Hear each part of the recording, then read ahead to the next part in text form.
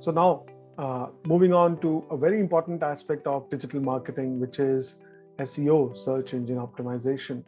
Now, when we use Google, we find, most of us find whatever we are looking for in the first page itself.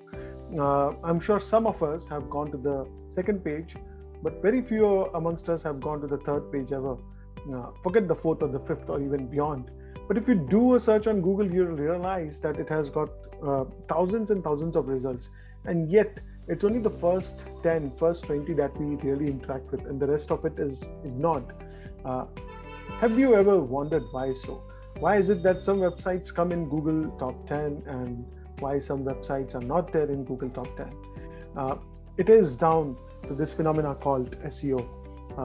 And SEO is a great tool for everyone to boost their online presence. For SEO to work, you need to do a lot of things right. You need to get your website right. You need to get your online presence right. So if you are doing good in SEO, that means you're doing well in a lot of other things. Your website is taken care of, your social media is taken care of, your general online presence is taken care of. So even if SEO, or if you think that Google is not really relevant for your business, we still highly recommend that you do SEO, because for SEO to work, a lot of things have to fall in place right. And if you do that, overall your performance gets a boost. So yeah, and so moving on to SEO. What is SEO? Is it black magic, or is it spamming the web, or is it a godsend gift for small businesses? Or should you really care about SEO? The answer, straight and simple forward answer, is that it is a godsend gift for small businesses. It is relevant for every kind of business, but especially for small businesses, it is an absolute godsend gift, because you are able to compete with the best in the industry, with the leading players in the industry, even if you have very small pockets or have very limited online presence, but you can still do SEO and you can compete with the large players from your industry. And if you want to ignore SEO, do it totally at your perils, because even if you are ignoring SEO, your competition is not ignoring it. And your users are definitely not ignoring Google. They are going on Google looking for things that they want to look for, and they are finding your competition. They're not finding you. So, as far as I'm concerned, I think SEO is a must for any and every digital marketing campaign. So, what is SEO? What's the value of SEO? Why should you care about SEO? So, let's do an let's look at an example. And in this case, we are assuming that we are optimizing a Chinese restaurant which is based in Dubai, and look at the keywords that we are focusing on. We are looking at Chinese restaurants in Dubai, we are looking at Oriental restaurants in Dubai, and we are also looking at good Chinese restaurant near me from the location of Dubai. Now, beside each of these keywords, you see a number. This number represents the average monthly search that is conducted on Google for this keyword. Now, this is a data which is given by Google, which is published by Google, and hence it's absolutely authentic. So, on an average, every month, around 600 searches are conducted on Google for the term Chinese restaurants in Dubai, and around 470 key searches are conducted on Google with the keyword "good Chinese restaurants near me" from the location of Dubai. So, if we put them together, we suppose if we get Google top 10 or even Google top 5 or top 3 ranking for only for these 3 keywords, the average monthly search combined is around 1500 for these 3 keywords, just 3 keywords, and we're not focusing on any other keywords.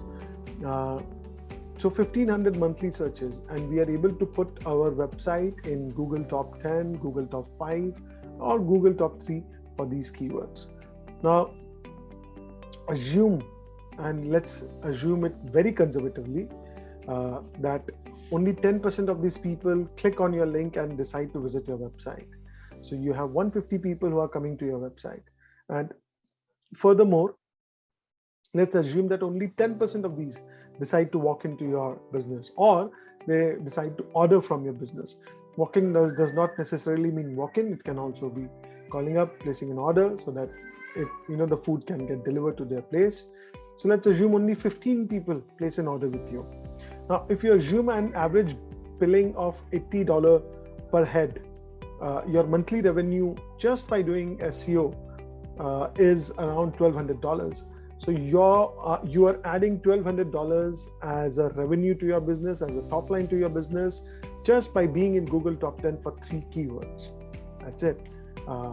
But for all those who are associated with the restaurant industry, the hospitality industry, or all those who understand marketing, marketing is not just one event that is the first purchase.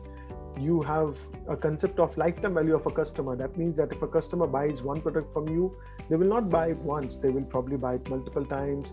They will buy again. Maybe they will refer friends. Maybe they will upsell. Maybe you will be able to cross-sell, things like that. So you'll be able to build a relationship and you'll be able to generate more revenue from a customer just beyond what you do in the first sale. And hence there is a concept of lifetime value of a customer. Now let's assume that the lifetime value of a customer is $1,000 in Dubai. So just by being in Google Top 3 for your target 3 keywords, just by doing that, you are able to add $15,000 in revenue for your business every month. And this happens on a month-to-month basis. So if you are able to add $15,000 as a value to your business every month, in a year, you are looking at $180,000 revenue added or value added to your business, and spending what? SEO costs what? Maximum $300, $400, $500 per month. So that's the amount of money that you can spend and the kind of return that you can expect in return. So moving on, what's the key for SEO? Relevancy. You must make sure that your website is relevant. You must make sure that your website is updated. You must make sure that your website is trustworthy. It has got great content.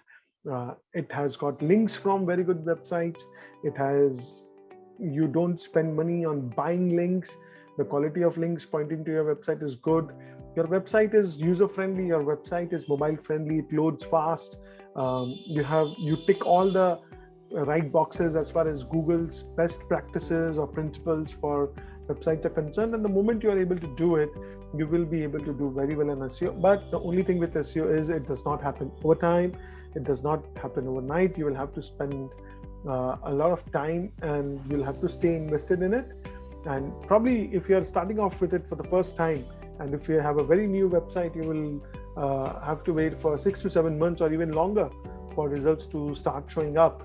And hence, it is a very time-taking process. It requires a lot of patience, and it requires for you to be continuously invested in this process. So there are two aspects of SEO. One is on-page SEO, the other is off-page SEO. On-page SEO are the things that you do on your website, and off-page SEO is basically link building. So there are various aspects that you need to do on your website. You need to look after the page title, which is the content that you see at the top of the browser, whatever browser you use. If you look at the tab, the text that you see when you open your website, that's a page title. Then you need to look at better descriptions. You need to look at your website's heading text. You need to ensure that your website contains enough keywords that you are targeting, and various other technical factors that needs to be looked into. Sitemap, robots.txt, load time, internal links, all these things have to be taken care of. And link building, so what kind of reviews does your Google My Business listing has? What kind of reviews do you have on your Facebook page? How many followers do you have on Insta? Whether you are there in all the local directories, whether any bloggers are blogging about you. So by doing all these things, you can create a very good backlink profile to your business. And by making sure that you are able to do all these things, you can get your website optimized and hopefully start ranking in Google Top 10. Now, all of these things is, we discuss in great details during our course. Again, there is an element of hands-on training, both for on-page as well as link building. We try and explain you the best practices. We also explain you how you can evaluate your website to ensure that proper on-page SEO has been carried out and proper backlinks have been pointing to your website. And we also help you to understand what to do if bad backlinks, if spammy backlinks, or if toxic backlinks are pointing to your website. What do you do in that case to protect yourself from getting banned by Google, or how do you avoid any of those Google penalties? So that's it, and I'll see you in the next module.